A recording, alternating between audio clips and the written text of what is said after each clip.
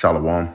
First and foremost, I want to give all praises, honor, and glory to Yahweh, Bahashem, Yahweh Shah, Bahashem, Rakakadash. Double honors to the elders and apostles of Great Millstone, who rule well. Peace, love, and salutations to the hopeful elect. This is your brother Dawada from the Men of Valor Campaign, Greenville, South Carolina, coming back with another video on sincerity and in truth. Lord willing, it can be edifying. And we're very much living in, the times of 2nd Esdras 9, Jeremiah the 30th chapter, 2nd Esdras 15, 2nd Esdras 16. So the Spirit was on me to read some of this out of 2nd Esdras 16 chapter, because so much is about to be going on, and how everybody has been used to things moving, running, social dynamics, relationship dynamics, everything is about to get flipped on its head, food scarcity, all these different things, man. All right, we're living in those times. Hey, they still aren't, attempting to reopen the government. To my understanding, the mass majority of people have not received their SNAP benefits, okay? And, we're on a day-by-day basis at this point, man. They're going to try to push these people to their tipping point so they can bring order out of the chaos. But nonetheless, man, Spirit was on me to bring out a little bit of this, and Lord willing is edifying. This is 2nd Esdras chapter 16, verse 17. It says, woe is me, who will deliver me in those days?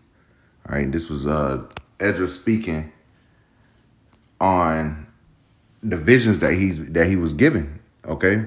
And the prophets of old understood reincarnation, that he'd be back. So he's saying like, hey, and this was a prophet who an angel of the Lord was dealing with, and even he was saying, who's going to deliver me in these, with all this evil and death going on? All right, because he was able to see it. That was his reaction. Verse 18, the beginning of sorrows and great mournings. We read this a lot, but when you really just look at it and think about it, it's like, man, it's not going to be a happy time for the mass majority of people. It says the beginning of sorrows and great mournings, the beginning of famine and great death. All right, and that's why, we keep speaking on this whole SNAP benefits thing, because, this is looking to be a manufactured famine, okay? Not that the food isn't necessarily available right now, but the means to be able to get it are becoming scarce for most people. If you got 40 million people relying on the government to feed them, that's giving the government all the information they need. They're going to starve a portion of these Americans out, man. And that's going to trickle into them becoming desperate and them going to take to those that have. So then you're going to have class wars, because you're going to have the people that have trying to defend what they have, and you're going to have the people that don't have that are going to try to take from the people that have, man.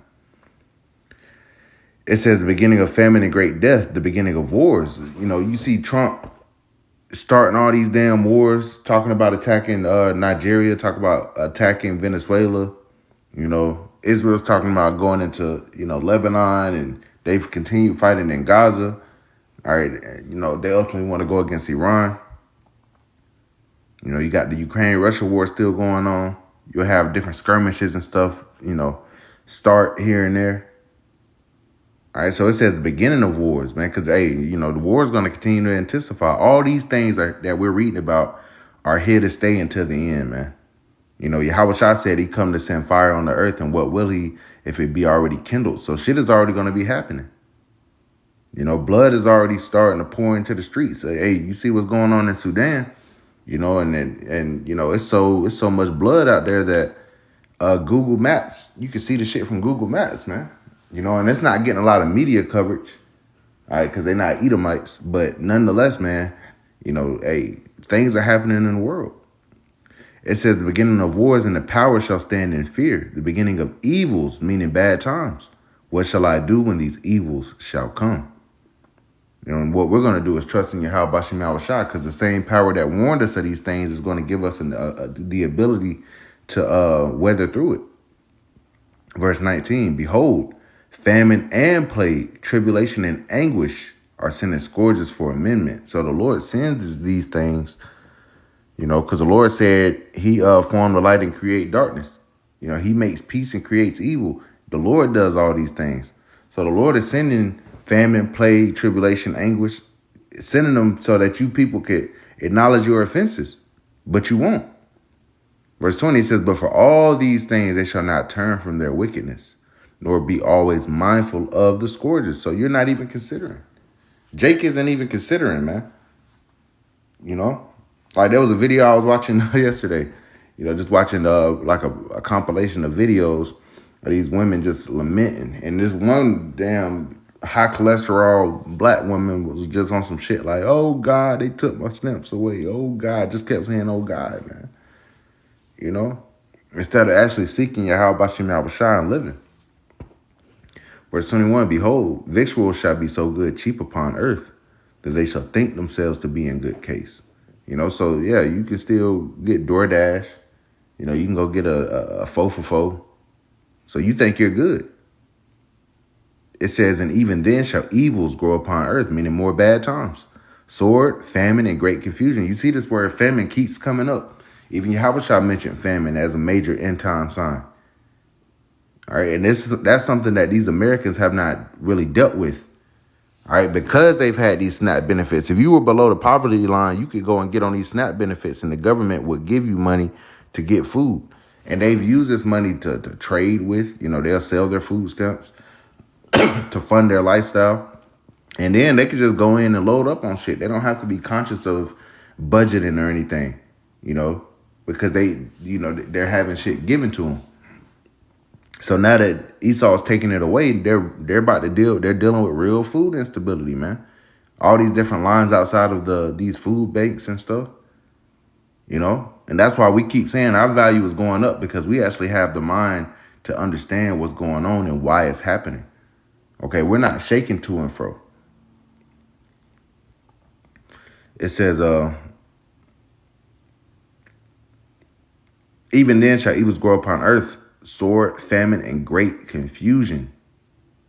All right, so people aren't going to know what's going on. They're going to want answers. And who was actually out here giving answers? The prophets of Yahweh Bashim Yahushua. But it's too late for you, because they're about to come down and demonize us, man. Because they don't want this truth going out. They don't want us soiling their plans when they're trying to accomplish it.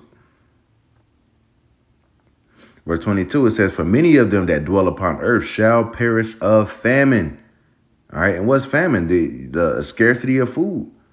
And there's only one cure for famine, and that's to eat. There's only one cure for hunger, for malnutrition, and that's to eat.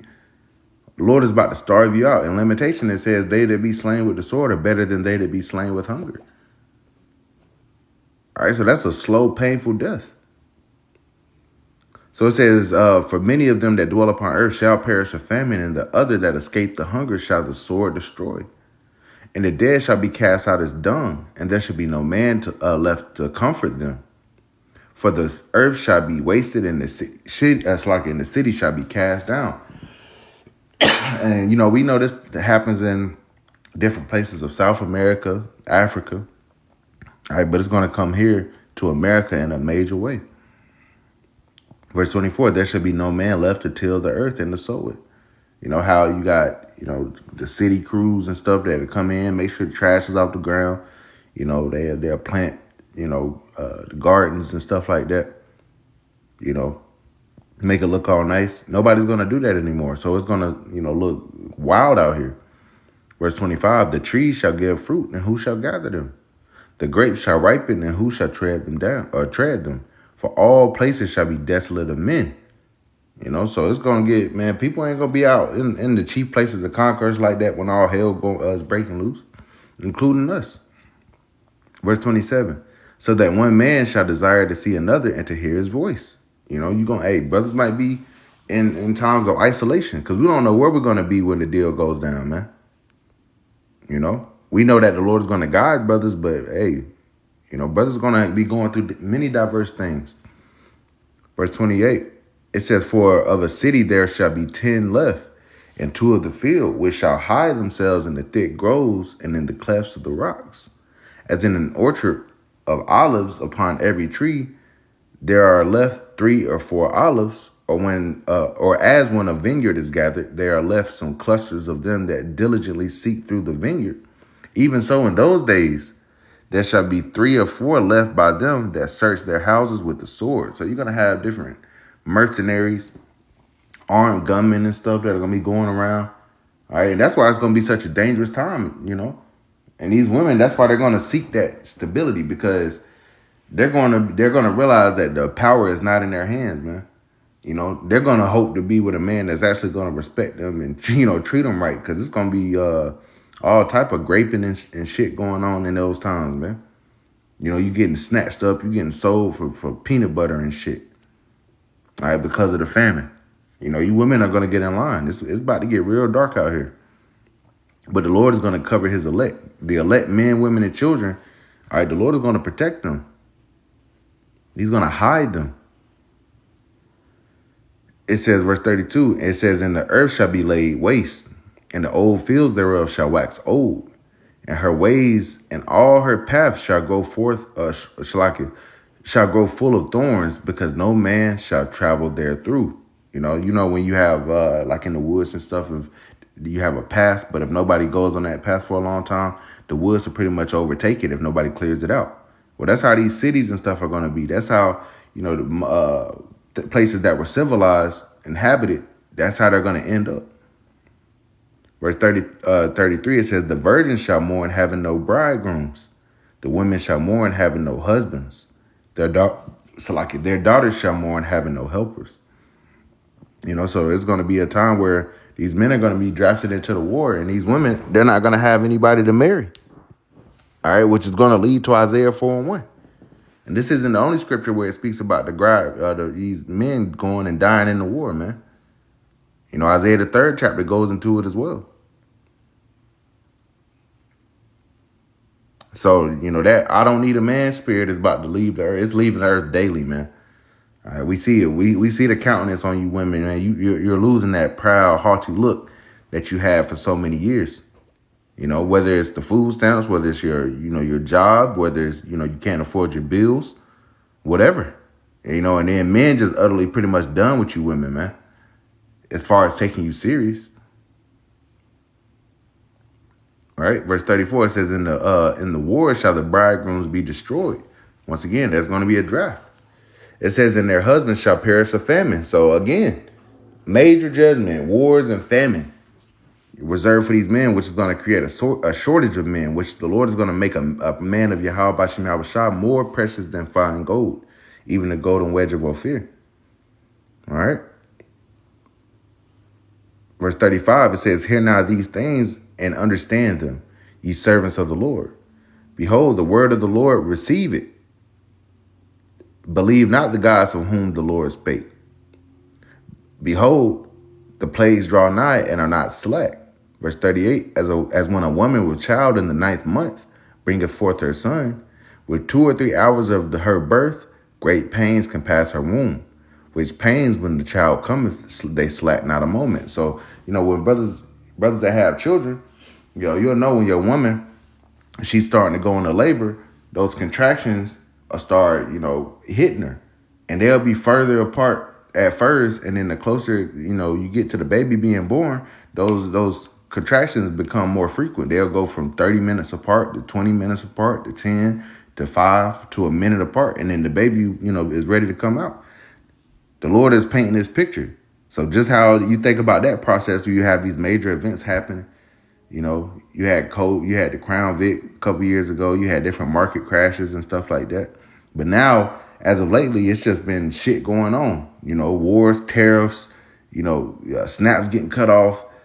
They're trying to set up these different data centers. They're trying to bring about a new system. All this happening at once. Verse 39, even so shall not the plagues be slack to come upon earth. And the world shall mourn, and the sorrow shall come up upon it on every side. This doesn't look like a prosperous time that we're entering into, man. Our lives are about to change, some for the better and some for the worse. Verse 40, it says, O my people, hear my word. Make ye ready for the battle, for thy battle. And in those evils be even as pilgrims upon the earth. So, that's why we don't put too much stock into what we have now, because, hey, we might have to walk away from it. We don't know where we're going to be when all hell breaks loose. You might not have time to go back home and grab your bug out bag and grab some waters and shit. You're going to have to just move in the spirit. So the Lord is preparing our minds to be pilgrims upon the earth, man. You know, we don't know where we're going to end up. You know, you might end up in a whole different state. You know? Verse 41, he that selleth, let him be as he that fleeth away, and he that buyeth as one that will lose.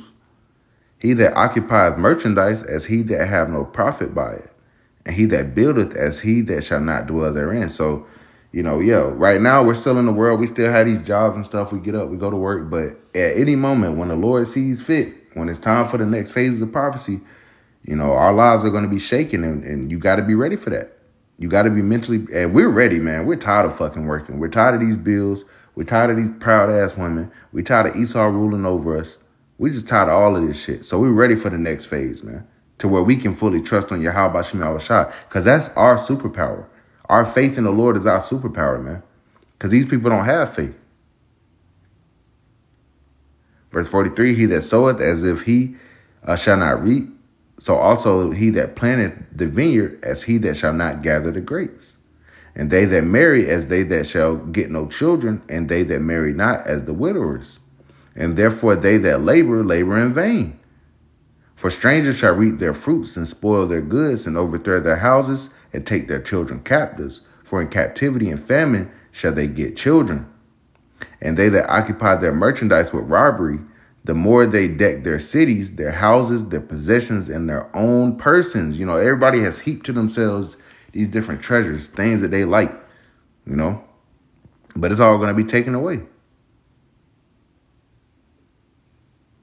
Verse 48, the more will I be angry with them for their sins, saith the Lord. Like as a whore envieth a right, honest, and virtuous woman, so shall righteousness hate iniquity when she decketh herself, and shall accuse her to her face when he cometh that shall defend him that diligently searcheth out every sin upon earth. You know, and I'm going to stop right there, man. But this is a second Ezra 16th chapter is very heavy, man. All right, very much perilous times are ahead of us, man. You know, we're seeing Operation Dark Winter.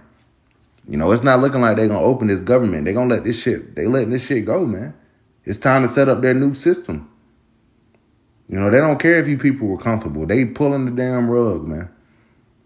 So just wanted to bring this out. Lord willing, it was edifying. I want to give all praises, honor, and glory to Yahweh, Bahashem, Yahweh Shah, Bahashem, Kakadash, and double honors to the elders and apostles of Great Millstone, who rule well. Peace, love, and salutations to the hopeful elect. Till next time, Shalom.